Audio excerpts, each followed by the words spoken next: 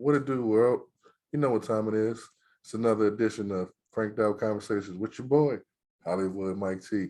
And we got another special guest today. And then we're going to get a little crank session going. See if you guys can get who we got on the show. See what if you get your crank juices going real quick before we get in this deep, great conversation, man. And without further ado, you know what time it is. There you go.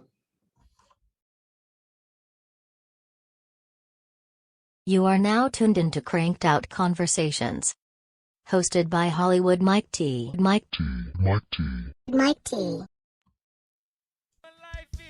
You are now tuned into Cranked Out Conversations, hosted by Hollywood Mike T.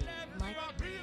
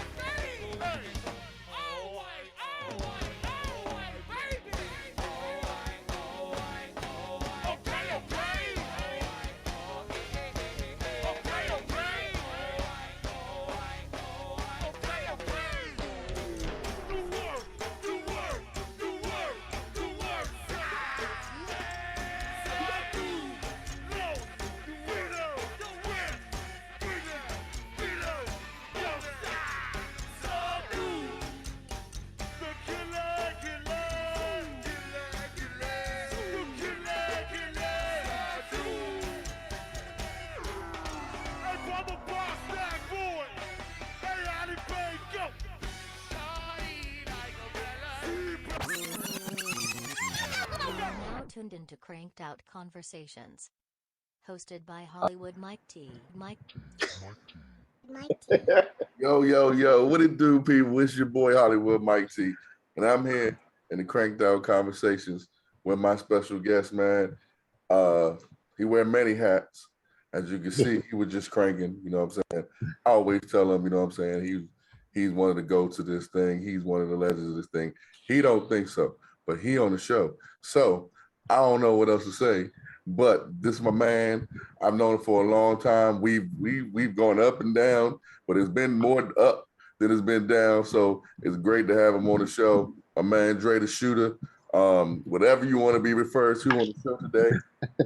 Your wish is my command, my brother. I'm just Dre. Hey, I'm just Dre. listen, man, it's great to have you on the show, man. I went back. Appreciate it. You can see. Yeah, you did. Yeah, you did. Listen, I ain't heard some of them songs in a long time. listen, man, I dug in some crates and I was like, I look, see. I gotta do it right. I be getting everybody to be dug in the Pearl crates. That's the Pearls that you was playing. Hey, man. You were doing Damn. your thing, man. You were doing your thing. I was doing your thing, man. And first question I always ask all my guests. All right, I don't know if you saw the show to prepare yourself, but hey, who is the first band that either you played before or they played after you that got in y'all stuff? Oh, I got a couple answers. Okay, go ahead. All right, so when we played our first weekly show, I like to call him my Gogo op, right? Damo from I think he played for TE now. Damo, light skinned Damo. Okay. And he was playing for something new, right? This was our first week. We was playing every Friday at the Forestville VFW, right? And we ended up like we started out hot as hell. I don't know how the hell it happened like that, but Shorty and them one day they was just going off. It was I guess they was pissed that we was playing after them, and these niggas was going off one night. Like ooh, they was going off. And he went over time and all that. Got the old Bowley might get on, hit the hits, and I was like, ooh, he was the first one. And then we caught that heavy impact wave. We was playing after heavy impact for a good little while. And then heavy impact came out with Pops on Friday, and it was a wrap. It was a wrap. But that's the two I could think of on the top of my head. Okay. Them two. Okay. See, you the first person to answer the question. Everybody else. Yeah. I'm gonna keep it funky, because them especially heavy impact gave niggas. I don't care how big your band was. They get niggas hell. I remember their wave. Their wave was something special. Wicked. I'm gonna get somebody from there on there too. So, who is Dre, man? Who is Dre? Tell everybody who you are. Well, Gogo, and give your Gogo resume as well. ooh, okay. Well, I'm a I am a entrepreneur, serial entrepreneur, as people like to say. I'm a serial entrepreneur. I do graphic design, event photography. I got a bag company. I used to play I played in a couple go-go bands. But I've been in go-go 10, no, longer than 10. If we counting the bands that don't nobody know, I've been in go-go since '03. But I started a band with a band called LEB. It was a little neighborhood. We was in the neighborhood. Then there was a band in Capitol Heights called G2R. Then I was playing congos and timbales though. Okay. I played the congos and the timbales up until Main Attraction started. So I played the congos and timbales for G2R, LEB, and High Profile. Okay. And that's how I actually met Benny, because Benny was the timbale player before I came in with High Profile. Okay. And shout out to Benny. And then shout out to that's my guy.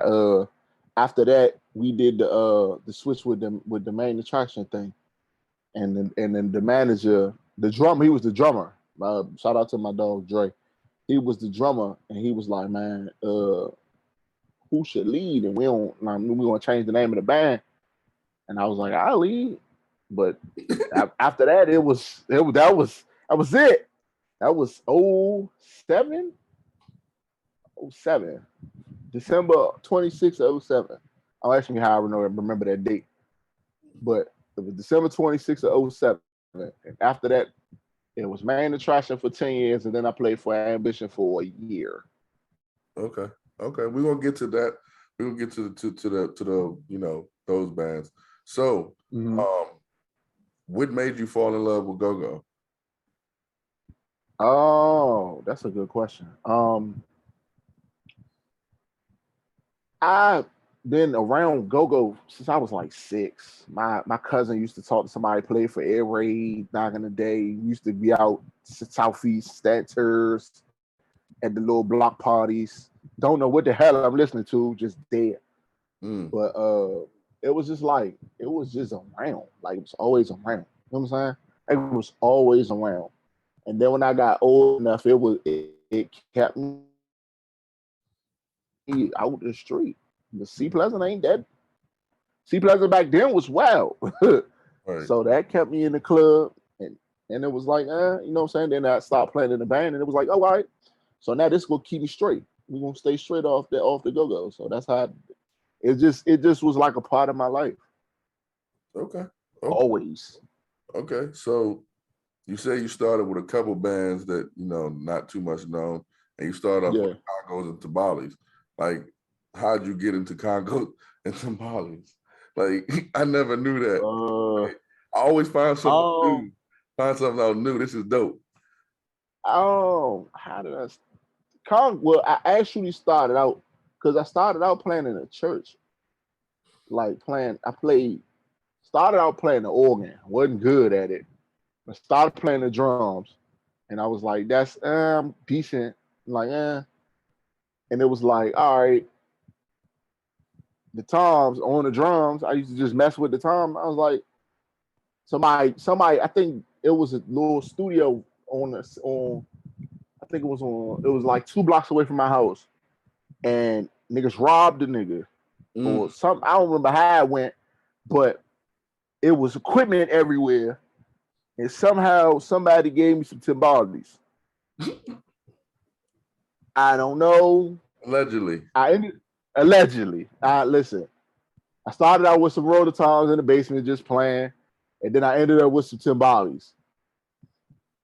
And I'm like, okay, all right, I like this. And then I was already messing around with the congos because they was always at the church. So I was like, all right.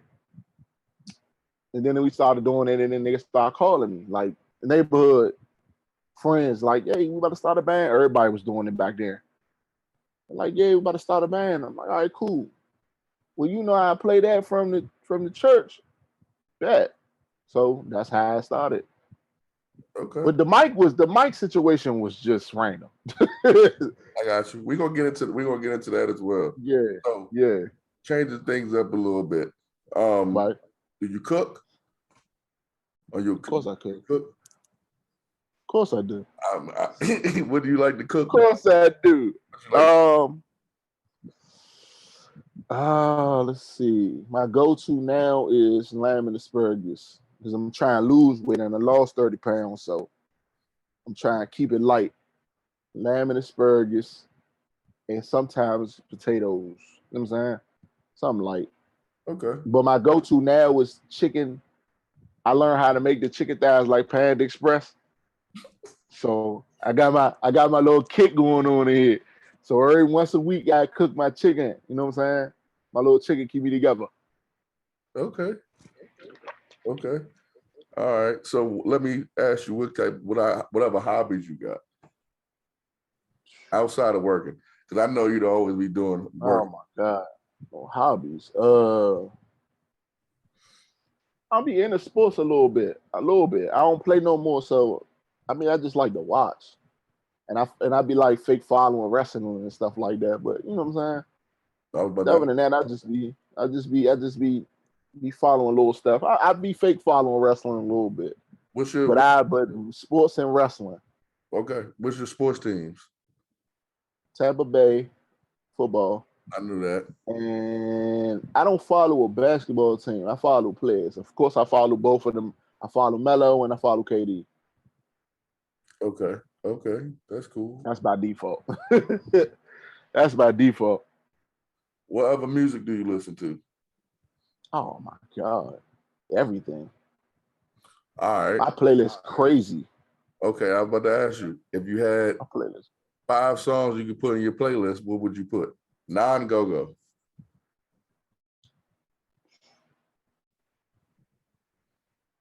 Um, right now, this is what I'm playing right now. I can tell you these 3 songs I can tell you off the top of my head I played today. Dolph, what the hell is the name of that song? What the hell is the name of that song? I just played that jump.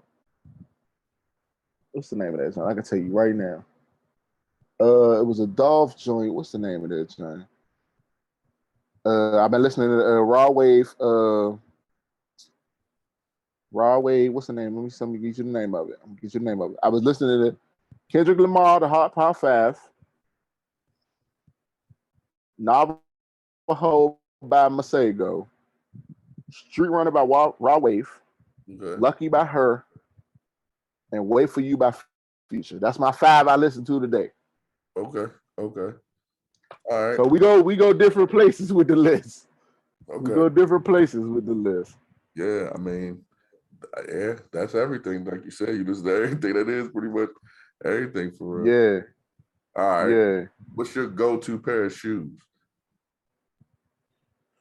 My go-to shoes is I like little cross trainers, right? So I got these little Adidas joints. I don't know, I paid $40 for these jump. But if I'm not wearing them, I would say these black up tempos I got right here. Black like 9-6 up tempos. Okay. The one, the Scottie neon? Pippen joint. Nah, they black. Yeah. Okay. Got you. Got you. Okay. All right. So getting the main attraction. You said y'all started Mm-hmm. from another band. Tell me Yeah. some of the history with main attraction. Get into, how you got on the mic because you went. And before you even talk about that, do you still play the times in the Congos? Can you still play the times in the Congos? I can play the Congos. I ain't touched no timbales in it. Right. I Mm, touched timbales one time in practice. mm. One Okay. time. But we used to do that every practice almost. Okay. Like the front line would do back line would do front line. Mm. We But like that too. We did. yeah, Every band does that just to have fun. yeah. And it's crazy though, it wasn't that bad of a transition because like I started out, well, I didn't start out with it, but the second little era of main attraction, I had Knucklehead, you know the rapper Knucklehead. Mm-hmm. Knucklehead was my second mic. His cousin was my singer, and the rapper dude named Bam, the one that got locked up, he was my hype man. All of us did something on the back line. Mm, So the back line could do the front line, and the front line could do the back line. So mm. we used to like at the end of practice, we used to just switch. But it was I don't touch him though. I don't touch nothing no more if I can help it. If you can help it. If I can help it. I Um, had Marty from True Worshipers challenged me to a Congo battle at one of their shows one day though. That was recently. I forgot. I was taking pictures then. So this was about 2015, 2016. did y'all do it? That last time I touched Congo. Yeah, we did it. It was funny. He got video somewhere. I don't know where it is. That's dope. That's dope. So y'all started, main attraction started, and you said 2007? Yeah. Okay, 2007. And y'all started from another band. What was the name of Uh-huh. that band? High profile. Okay, from High Profile. And Yeah. like, what made y'all make that transition? Why'd y'all start a whole nother band?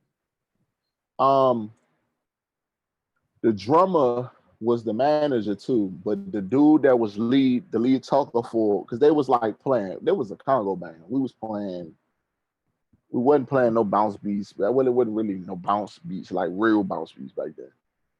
I mean, like shit that was everybody, it was TCB and that was really it. But we was playing shows, socket shows, and with like 20 bands, but it was like all Congo bands, and we was playing like St. Murray and all that type stuff. You know what I'm saying? So it was like the lead talker, they was older. They was all older than me. I was like 15, and they was like 26, 27, something like that. So I was the little brother. They just came and come got me. Also that band had a lot of people in it. Benny, Scooby that played for UEB, Congo E from Mental. We had a couple little people in that band, but the lead talker quit, and he wanted the drummer wanted, so he was like, "Hey, what you think we should do as far as restarting the band?" I was like, "I don't know. I mean, I'm with you." He was like, "What you think we should do about the lead mic?" He was like, "You got the swag to do it if you want to do it." I was like, "You sure?" He like, "Yeah." I'm like, "All right." So it was random like that. It was random. We was real life having a conversation. He was like, "Yeah." It was like, well, now we got to come up with a name. We didn't have no name. I came up with the name from this girl I used to call my sister. It was her Facebook. No, this was MySpace. It was her MySpace name. It was MySpace. Her MySpace name was Main Attraction in the little brackets. Remember everybody used to do the brackets? That's what that was. And I was like, Main Attraction. He was like, "Yep." Everything was random, and it just fell in place. Okay. It just fell in place. Okay. So where did y'all start playing first? Because if you went from a transition from a Congo band and then you turn into, like, did it automatically turn into a bounce beat band, or did it gradually grow into a bounce beat band? It was more so like we was trying to transition. Like it was like uh breakdowns. We was playing congos, and then that bounce got heavy. We like Brian Manor time, about 10 for 10 at the Brian Manor type around that time. Then we started playing bounce beats, but it was gradual. Okay. Okay. So around, let's say, '08. Yeah, like summer '08. So when y'all started, y'all weren't just a typical up and coming band. Y'all had some type of, I guess, a crowd at least. So No, y'all no. had a name. Y'all had people that knew who y'all were at least. I mean, messing with Gogo Mike, yeah. messing with Gogo Mike because everybody used to put out their little practice CDs back then. Right. That's how we got known before we started playing. And then we was in the studio for like 18 months. We did one show. We did one show at the Brown Manor. We slummed the shit out of it. We did one show at the Brown, but it was like 6 people there, so it didn't matter. So it was like, all right, we're going back in the studio. When we're back in the studio, we came back out February of 2009 and played at CFE.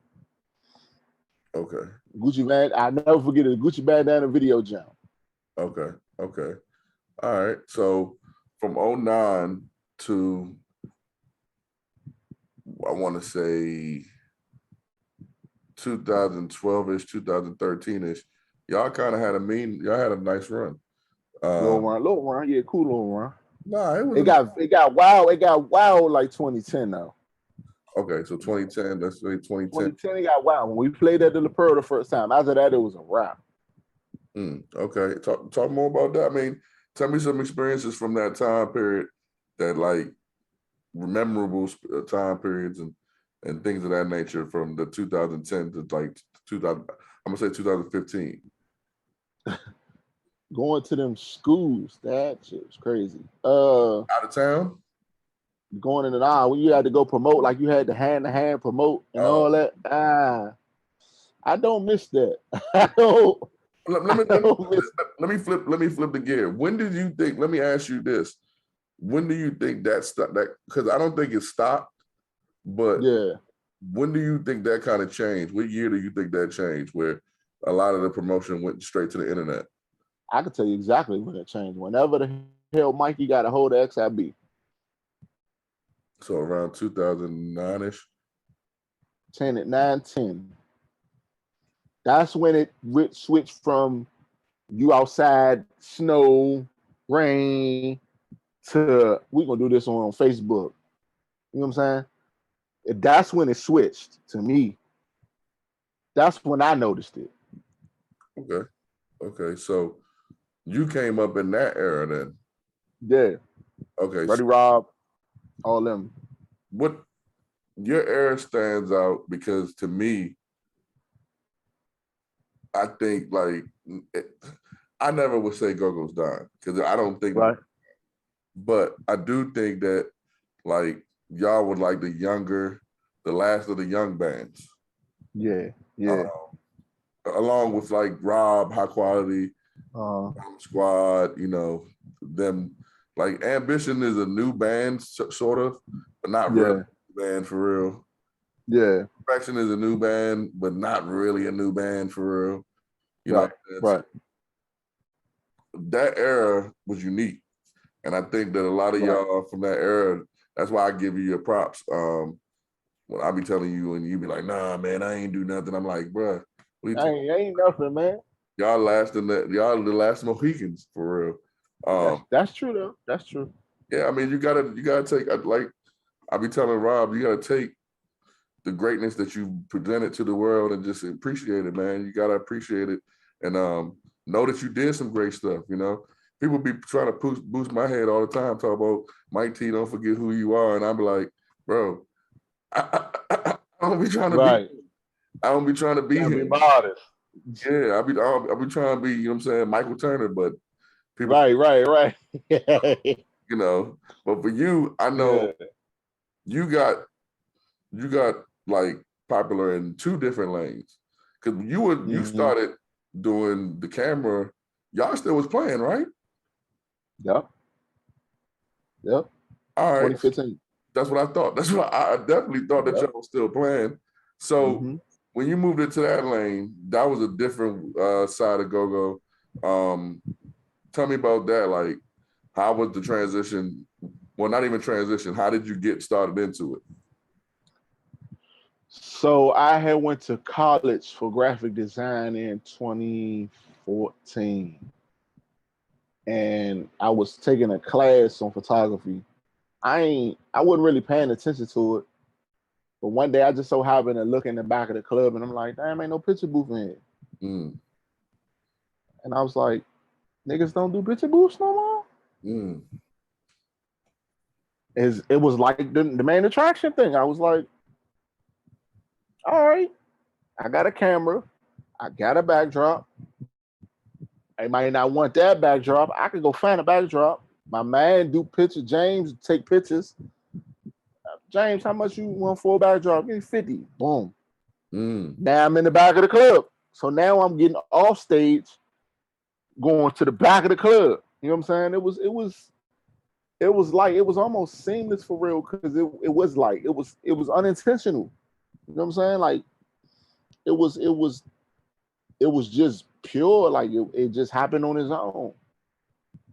I looked up after that. I had 4 clubs. Every club I had, we was playing at, except for the meeting place. I'm about to ask you, did you ever play at a show that you were doing the pictures at? Hell yeah, every week. Hell yeah, Tuesday, Wednesday, Saturday, Friday. Yeah. Oh man, that's what's up. That was. I used to get off. Matter of fact, this how crazy it was, bro. I used to on Wednesday when we used to play down Bid for You with MTM. I used to have to come to the show early, set up the picture booth, and while the band is setting up, I'm setting up. So when I get off stage, I got the camera on stage.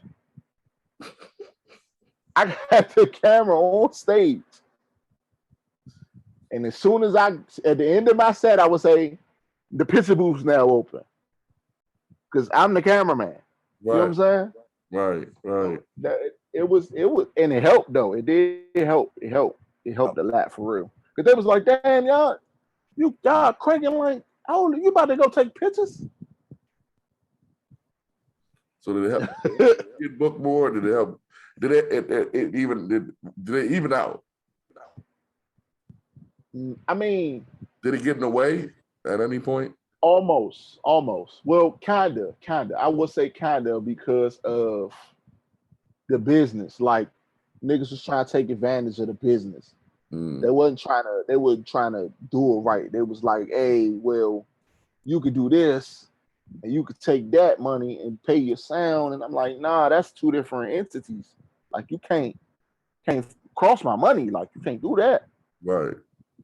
So I would get into it with band members. I would get into it with promoters. Hey, why you can't use this and do that? Nah. Because that's that and this. Y'all can't mix the two. That ain't how it worked. And that's how I figured out Gogo business was trash. That's how I figured it out. From doing both of those things? I was inside and outside the house. And it ain't, but I can name 10 niggas that actually got that experience. I can't think of anybody that did both.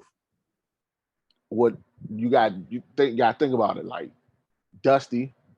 Oh Buddha. Yeah. Okay, never mind.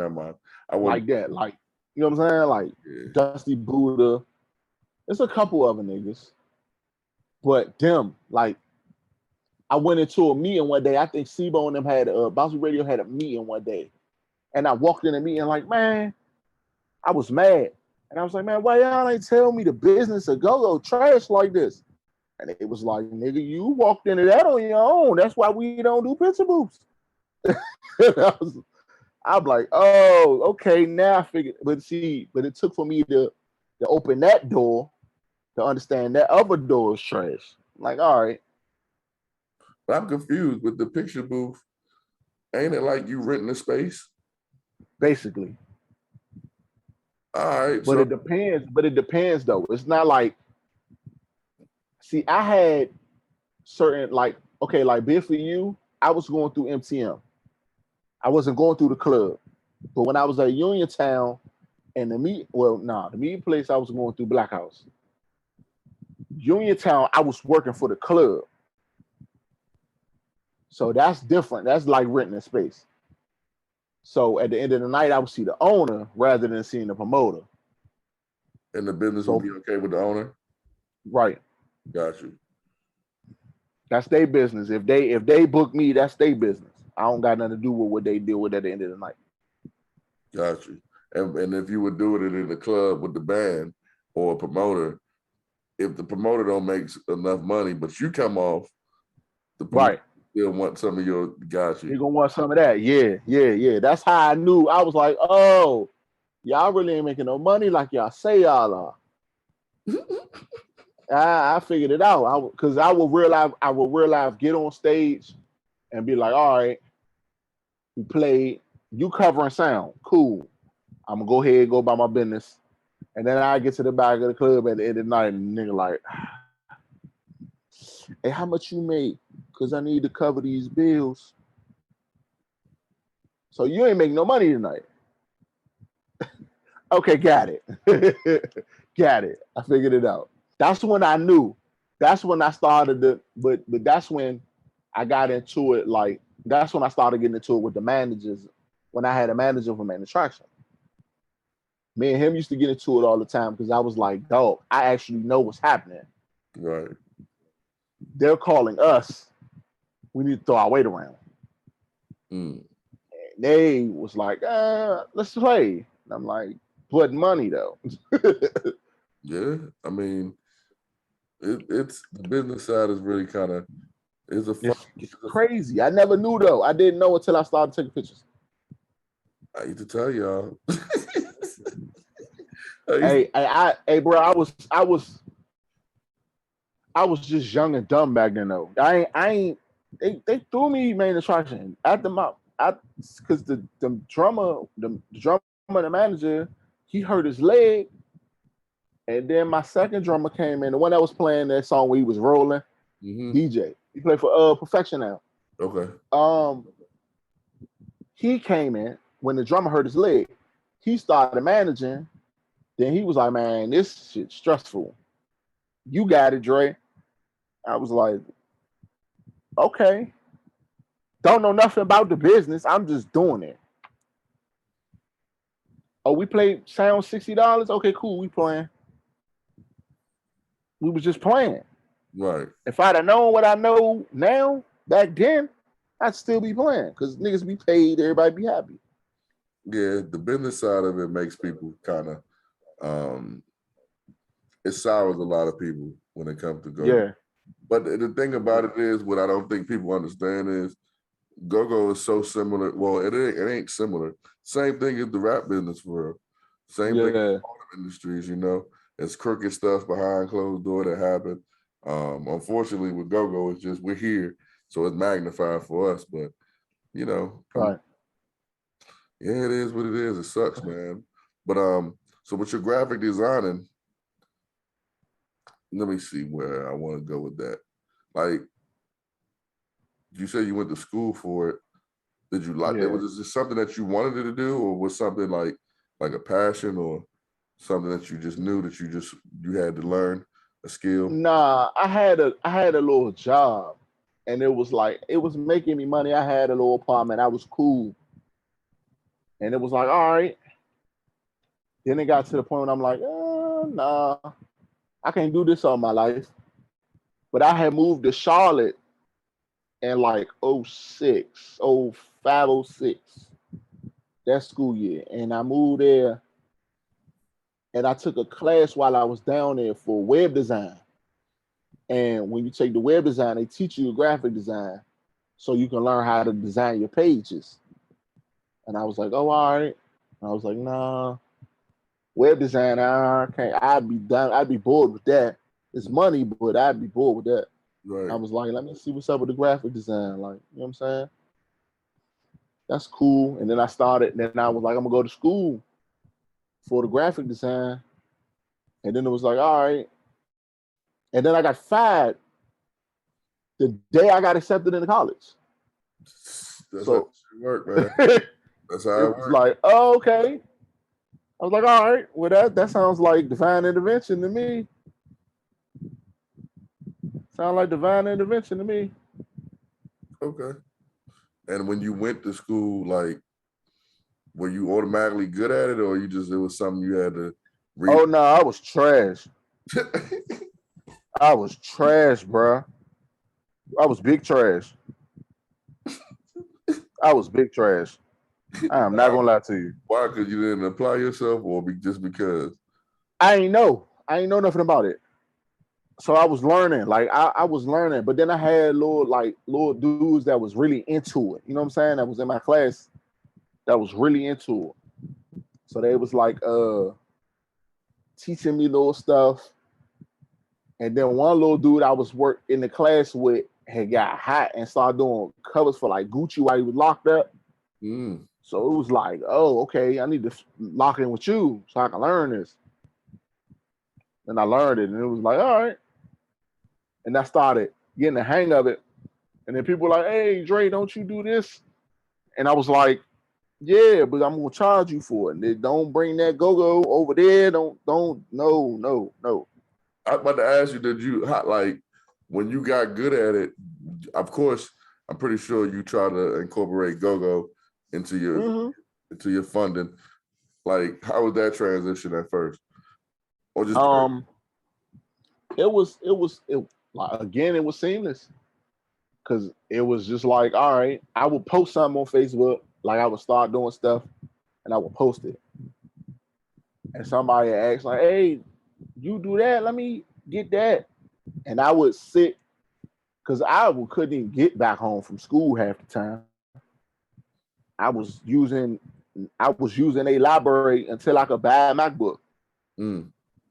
I would stay at school from 8 a.m. to 10 p.m. every day until I could buy a MacBook. And after that, it was on. I was in the house like, man, I'm not leaving the house till I learn how to do this shit. Okay. And I mean, of course, you had success in that. I mean, you was one of you were one of the top like dudes like in that field. I mean, you were one of the go-tos. I was gonna say go-to first, but you were one of the top dudes in that field. So like, how did that feel when that was going on? It was perfect for real because I was at that time I was messed up. I had just lost my job. I lost my apartment. Everything happened at the same time. So it was like, I need to come up on a bag, and I don't know how. I don't got no money to get home from school. So I'm about to stay here till 10 o'clock and learn this and then make some money while I'm here so I can at least get back to school. how many gigs would you do a day? Like, Starting out like 3, maybe like 3. It depends. Like now, the most I've had in one day was 25 orders. Oh, you still do them? Yeah. You do? I just got finished doing something. You do flyers too? Yeah. Oh, I see it. Yeah, I still do flyers and all that you been stuff. doing this? 2015. Everything started 2015. 7 years. Yep. Okay. And then the photography happened in 2015 as well. Yep. Same time. Okay. That was one of my classes while I was in college. Okay. And then the next thing is the book bag. Yeah. When did that start? That was random. That's another random thing. I was sitting in the neighborhood. It's real random. I'm standing on the block. My man like, hey, bro, you ain't gonna believe this. Man, I lost my. Everybody know I do graphic design, man. Man, I lost my gun and my work bag. Like, gun? And I'm like little big brother. So I'm like, nigga, you stupid. Like, you can't. And you work in a government building and you taking that down with you to work? Right. You stupid. I should design you a book bag. So you don't do no dumb stuff like that again. I looked up like, wait a minute. I think I should go check on that. I went in the house. I looked it up. Took me about 10 minutes. Because I had my good man around here, shout out to Tate. My good man around here showed me about sublimation. Because I used to help design the shirts. Because he had he had the t-shirts, right? Right. And I was like, that's a cool little joint. And I asked him one day, I'm like, young, let me get down on the shirts. He like, if you do it, you gotta put all my shit on your shirts. I'm like, we not doing that. I'm like, we're not doing that. So I'm like, all right.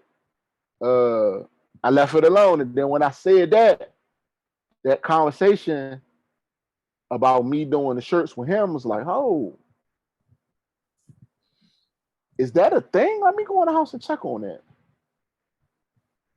And went in the house, checked on it, and I was like, oh, all right. Wait a minute. It's a lane.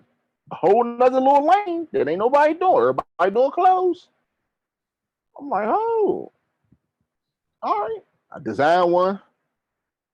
I took a picture of the computer screen, clicked, posted it on Facebook, and said, what job bad? Went back outside and asked them the same thing. Hey, if I start making book bags, would y'all buy them?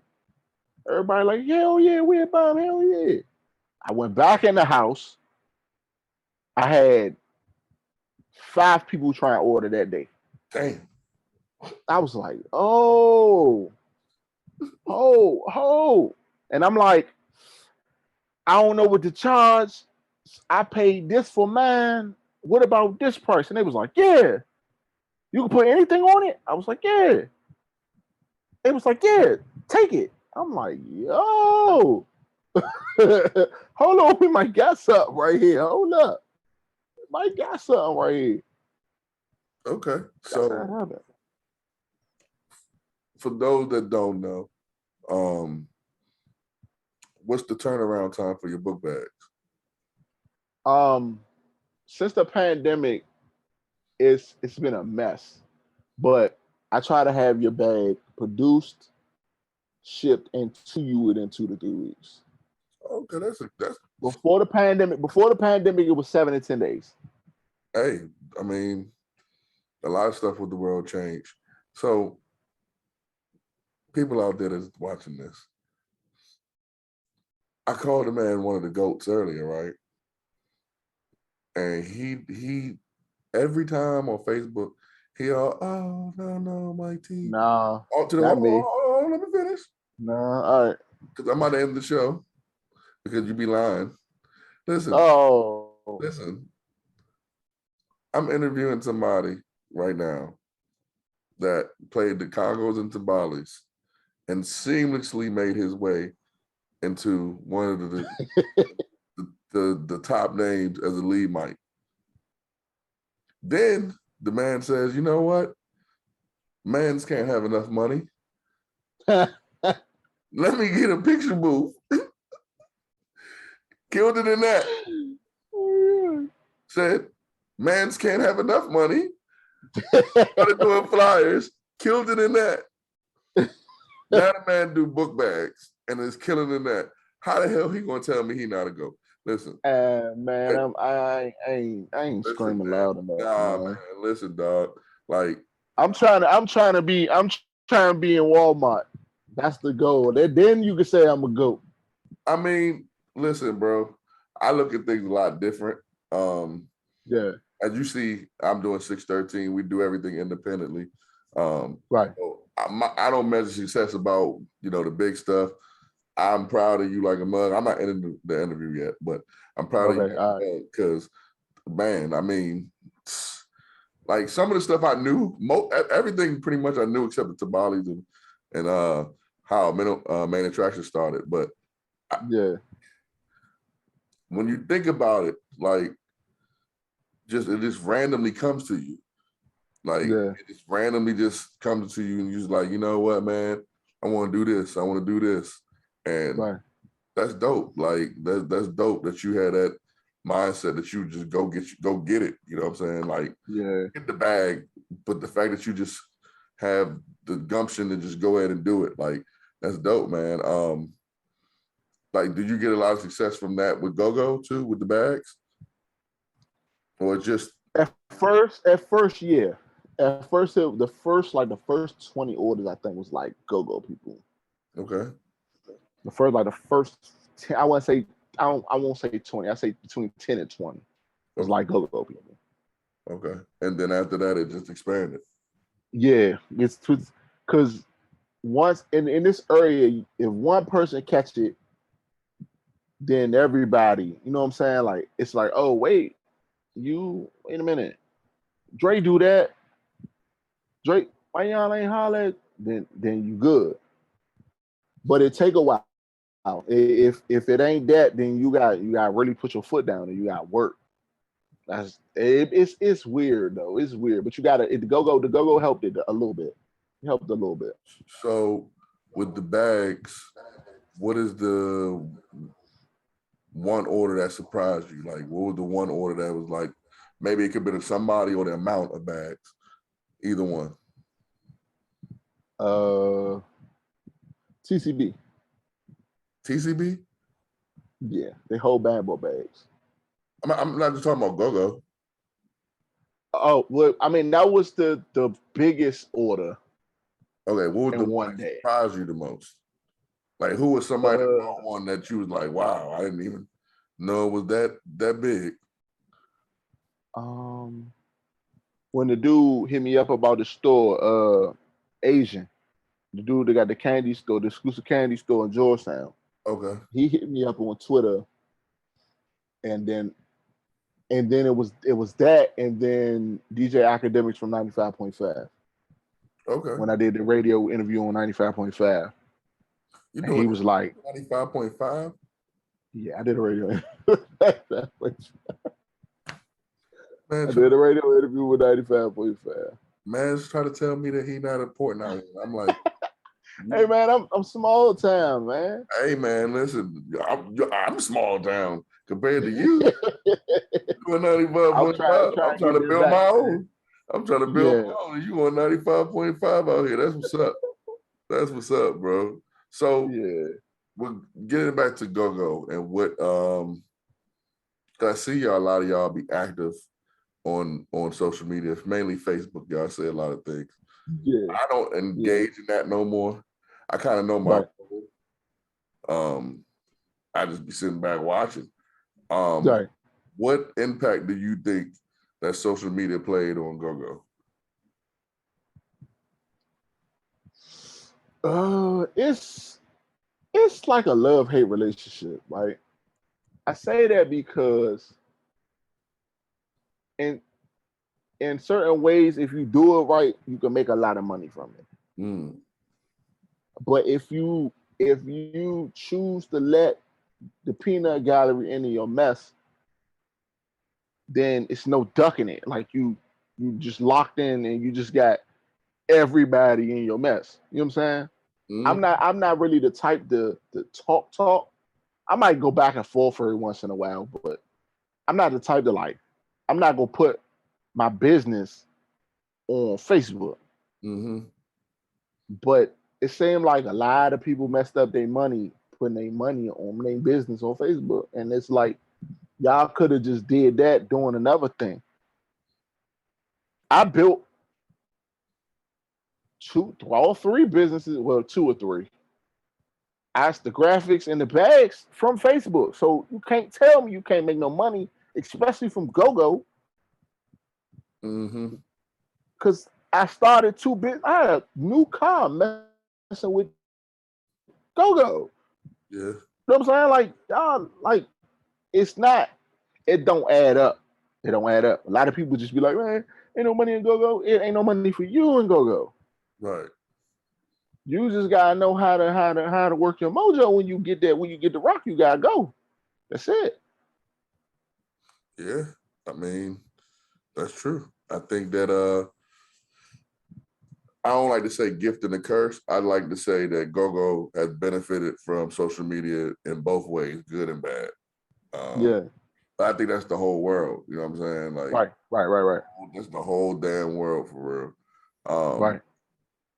So 2 more questions I got for you. All right. One, what is something you already, well, I can't ask you that because you already said it. Damn. What? I was ask you what was one of your goals with the bags, but you already said. Yeah, I mean, that's one. Okay. That's one. Walmart is one. I mean, you can do it online, but I want like in store. You know what I'm saying? Like I want in store. I settle for DTLR. I mean, you know what I'm saying? Like, it's not a settle for real, but like either or, you know what I'm saying? Like in store, I got the first in store with Asian at the his little candy store. He had me set up in there, so that was the first little into it. You know what I'm saying? And it was like, all right, now I got to learn that business. So that's interesting to me. Once I get there, how to handle that. So I was ever since then I've been trying to figure out how to hit that lick again, so I can get in there and really like. Then we could talk. Okay. So, well, this is I said I had two questions, but now I got two. So, what's the price ranges for your book bags? I got 10 different types of bags, probably more. I got bags from $20 to $250. Okay. Okay. So I got makeup bags, wallets, clutches for women, overnight bags, book bags, leather book bags, carry-on luggage, duffel bag. I got all that stuff. And they all customized, right? You can all customize. Yeah, you customize every bag I offer. Okay. Okay. Um, last question. Well, last question.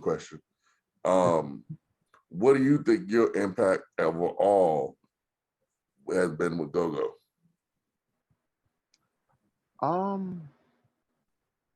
Honestly, I don't like you like to say. I think I like when I had the conversation. Remember, I know you remember the little argument I had with Rob. And he was like, "What impact did you have?" I agree. I ain't really did nothing that I'm gonna talk about, except when I branched out. When I branched out, it was like, okay, now you can put the two together, and you when you see me, you go, "You used to play for." Okay, so why y'all ain't and why you still doing it? So it's like the impact I made was like a transitional impact. It was like a crossover, like you could do more than Gogo, and why you still doing Gogo? Because it's a lot of people that reach out to me. Like I got a couple little homies that do stuff in Gogo. They reach out to me like, "Hey, how you do this? What's up with this? How does this look? How does this work?" So I think the transition, like from playing to making the money behind the scenes of Go-Go was more so when I made my impact. Okay. I'm going to disagree, but I think you made it. I mean, It was your granted, answer. I was decent. You know what I'm saying? Like man attraction was tough. Man 2007, attraction was tough. 2007 to 2016, you said? 17. 17. That's 10 years. Yeah, man attraction was man attraction. That's 10 The years. very last week of 2006, 2007. I'm sorry, 2007. The very last week of 2007 is when man attraction started, and it was a couple days ago. May something. Like May 8th, 2017, I think it was. See, and that's what I'm saying, bro. Like, as much as I stay relevant somehow in Gogo, Yeah. I don't know how I do. I just be chilling. But Yeah. like my run in New Vision was only 2 years. No, okay. So the short little run I had that everybody, you know what I'm saying, little picks jokes at, that joint has kept me relevant since to now. Yeah. You got a 10-year run, bro. Yeah. People out, I'm just like you. When people say legend to me, I'm like, whatever, man. I ain't whatever. You know what I'm saying? Whatever. Yeah. I feel like T-Mac a little bit. Like I'm not right. I'm not in the top 75 though, even though I can make an argument that you can put me in the Right. but You put me in front of some of the top seven. yes, I'm that's with exactly you. how I feel. That's exactly how I feel. So with you, I see for me, I can't say it's 75 more names that I can Nah, put in front of you. nah. It ain't. It ain't. You know what I'm saying? And I just like, And that's me being humble. It ain't. and if you break it down by eras, like if you say, all right, everything from 95 up, it's hard to put 50 people above you. You see what I'm saying? So I mean, I'd had to sit down. I don't know. listen, 50 people, that's I don't hard, know. bro. That's hard, bro. I Like don't know. if you listen, this show about giving the flowers, you notice I ain't asked you no questions about no Yeah. beef, no none of that drama, none of that Yeah, stuff. yeah, I yeah, don't care yeah, about yeah, none of that. We old, yeah. bro. That shit's Right, stupid, right. man. Right. It's about giving you flowers, and I think you one of the greats. I think that the transitions that you've made, cause see, you made some good transitions, but you made successful transitions. You know what I'm saying? And that's very important. You named Dusty, Dusty's one of my friends too. So Dusty, Dusty did it too. Yeah. And just watching y'all, Easy, he do it now as well. Yeah. Yeah, that's my dog. You said Buddha, shout out Buddha. But you have done it in a different way, like a book bag, picture booth. Because I don't think Buddha ever did picture booth. Nope. They all stayed away from that. I don't know if Dusty did it, but I think Dusty might have dabbled with it a little bit. Yeah. Because Dusty was doing his own shows at one point in time. So yeah, so he might have did it. But you're the only one that I know for sure that I was like, yo, I might go catch them play, and then he's gonna be in the picture booth. Yep. And then he's gonna give me a card to sell me something about one of his book bags. So I'm gonna get a book bag before the end of the year is up. I gotta get a book bag. I'm definitely That's a bet. I'm definitely gonna cop one. That's a bet.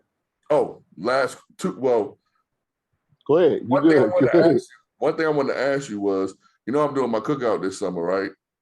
Okay. So we're doing Bounce Beat All Stars versus the County All Stars. Okay.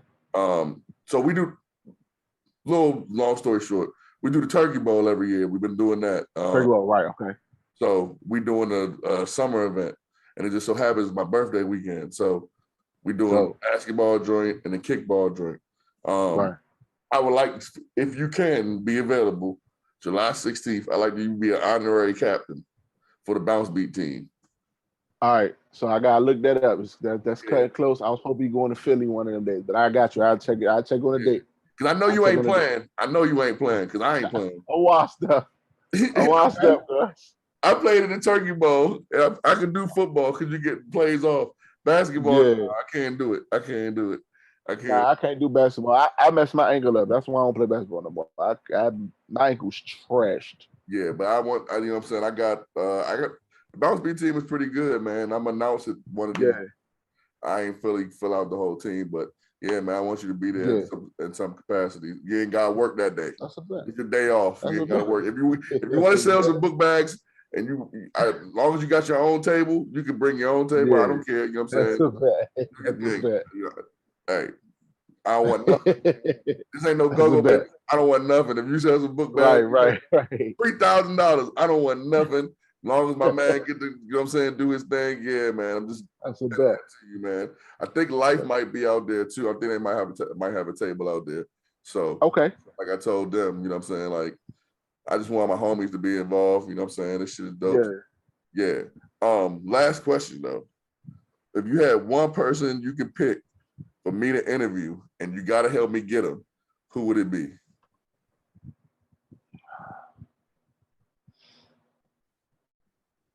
But you already said. What you want to pick, Mikey? I said, nah. I was gonna say Dusty. Yeah, I'm gonna interview him soon so that he can't use him. Okay. Oh, that's a good one. Chris. Oh, little Chris. You gotta help me get him. I can make that happen. Listen, if you can get me little Chris, bro. I can try to make that happen. I can't promise. I can try to make that happen. Chris is a good man. I never had Chris, no problem with Chris. And funny thing is, and I'm gonna tell a story when I eventually interview, we're going Speaking in Existence when I interview him. Well, I knew about them before because they used to play at Long Branch. Not Long Branch, at Langley Park. So I knew about them when they was real young. But my man passed, and my man's mom passed, and we was at the Right. funeral, and this Yeah. Bama was right behind me, and he was like, "What the hell are you doing?" And I'm like, "That's my best friend up there." Woo, woo, woo. He's like, "For real? You know, woo, woo, woo, woo." He was like, "Yeah, I know him." And I was like, ever since then, every time I see Chris has been loved. So yeah, man, I would be. I love Chris. A good dude though. Chris a good dude. I already know. Oh, if not him, this might be reaching. But I would say, I ain't even gonna say that on camera. Nah. Why not? That's a conversation in itself. Why? I mean, for the business aspect, I would say the owner of Martinis.